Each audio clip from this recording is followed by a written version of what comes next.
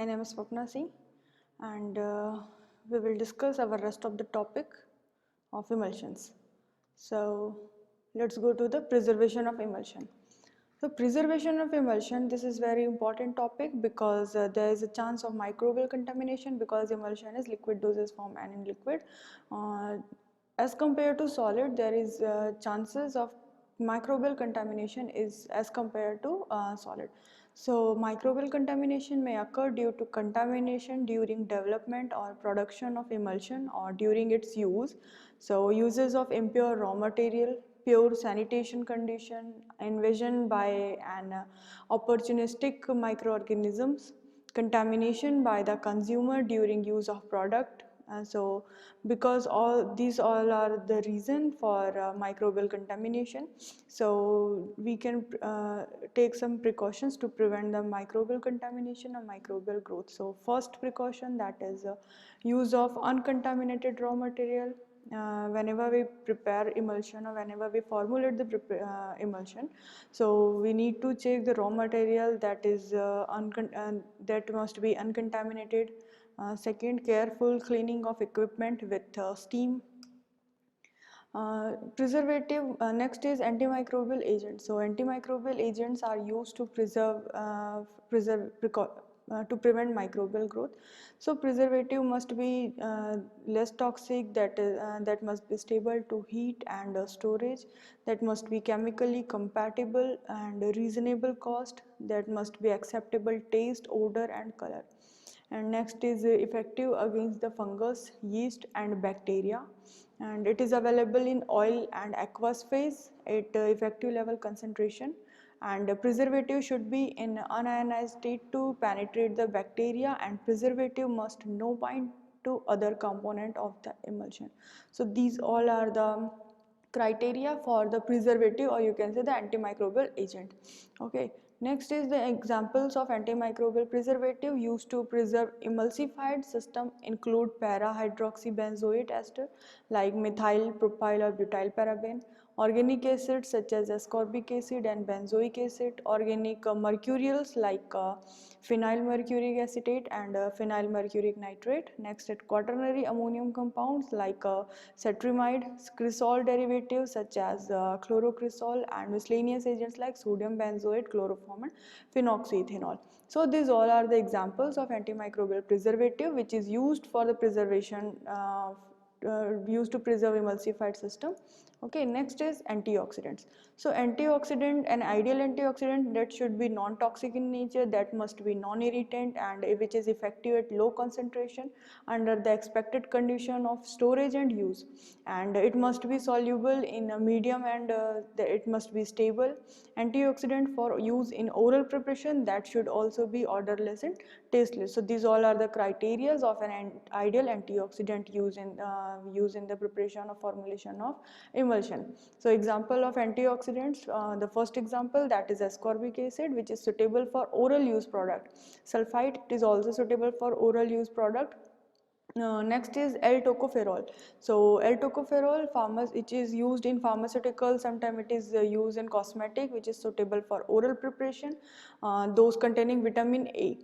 Next is butylated hydroxytoluene. So butylated hydroxytoluene, it is also used in pharmaceutical as well as cosmetics for its pronounced odor, and it is to be used at a low concentration. Next is butylated hydroxyl anisole. It is also same, it is used in pharmaceuticals as well as cosmetics. Gallic acid and propyl gallate. Next is preparation of emulsion. So for the preparation of emulsion, or you can say the formulation of emulsion, we used there is two categories. First one is trituration method and second one is bottle method. So let's go to the trituration method. This method consists of dry gum method and wet gum method. So dry gum method, in this method the oil is first triturated with gum with a little amount of water to form the primary emulsion, and then see, in dry gum method what we do, the first thing, we triturate gum in a mortar pestle with little amount of water, and to form a primary emulsion, it is known as primary emulsion, and then trituration is then we will continue the trituration till clicking sound is here, and a thick white cream is formed. Okay, so once the primary emulsion is formed, the remaining quantity of water is slowly added to form the final emulsion. And this method consists of 4:2:1 formula. That means 4 parts of oil, or you can say the volume of oil, and 2 parts of water and 1 part of gum. This is dry gum method. Next is wet gum method. So for wet gum method, first gum and water are triturated together to form a mucilage, to form a cream like form a cream is formed, and required quantity of oil is then added gradually in a small proportion with through titration to form the primary emulsion. And once primary emulsion has been formed, remaining quantity of water is added to make the final emulsion. And this method consists of 4:2:1 formula. That means 4 parts of oil, 2 part of water and 1 part of gum.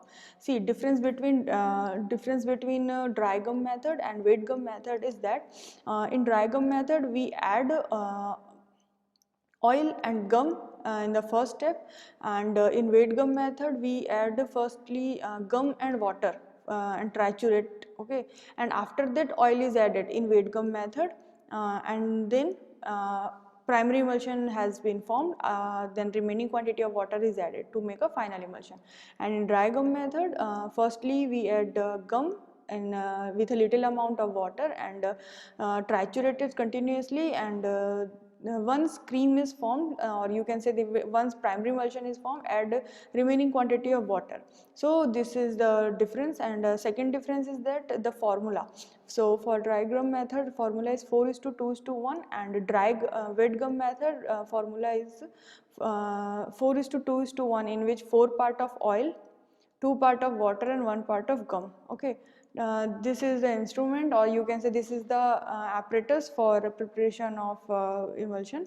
The first image, this is motor and this is pestle, and second one is homogenizer for stirring.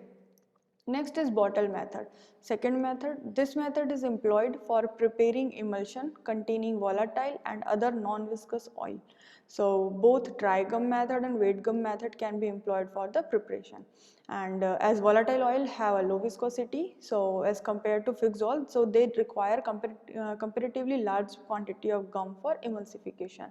And one more thing, in this method, I mean in bottle method, oil or water is first shaken thoroughly and vigorously with the calculated amount of gum, and once this has emulsified completely, the second liquid, either oil or water, is then added all at once, and the bottle is again shaken vigorously to form the primary emulsion. So more of water is added in a small portion with constant agitation after each addition to produce a final volume.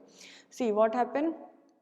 Firstly, we shake the calculate amount of gum in oil or water, and then once emulsified completed, so the second liquid, if first we take oil, so second liquid will be water. If we take water is first, then the second liquid will be oil. So, okay, then added all at once, and bottle again shaken to form the primary emulsion, and then add more of the water is added in a small portion to to produce a final volume.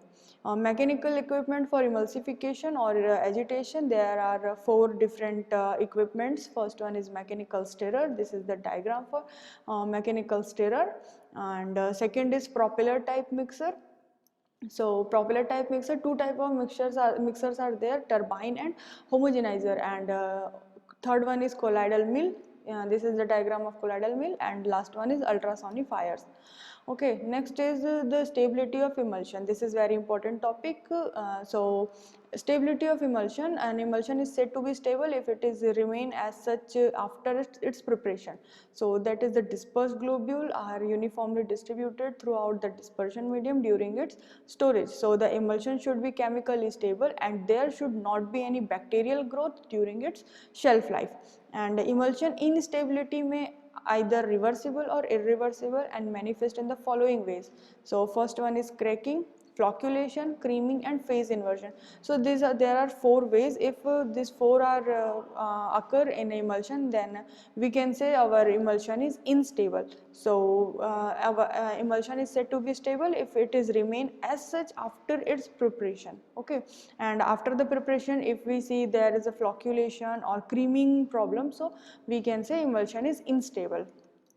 So cracking is what? Cracking means the separation of two layers of dispersed and continuous phase. Because we prepare the emulsion, actually emulsion is biphasic liquid dosage form.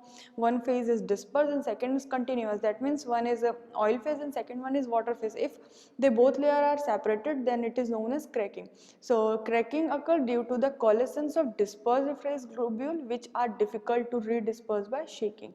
So there are following reasons for cracking. First reason, that is from by microorganism. Second, addition of common solvent. Third reason, by decomposition or precipitation of emulsifying agent.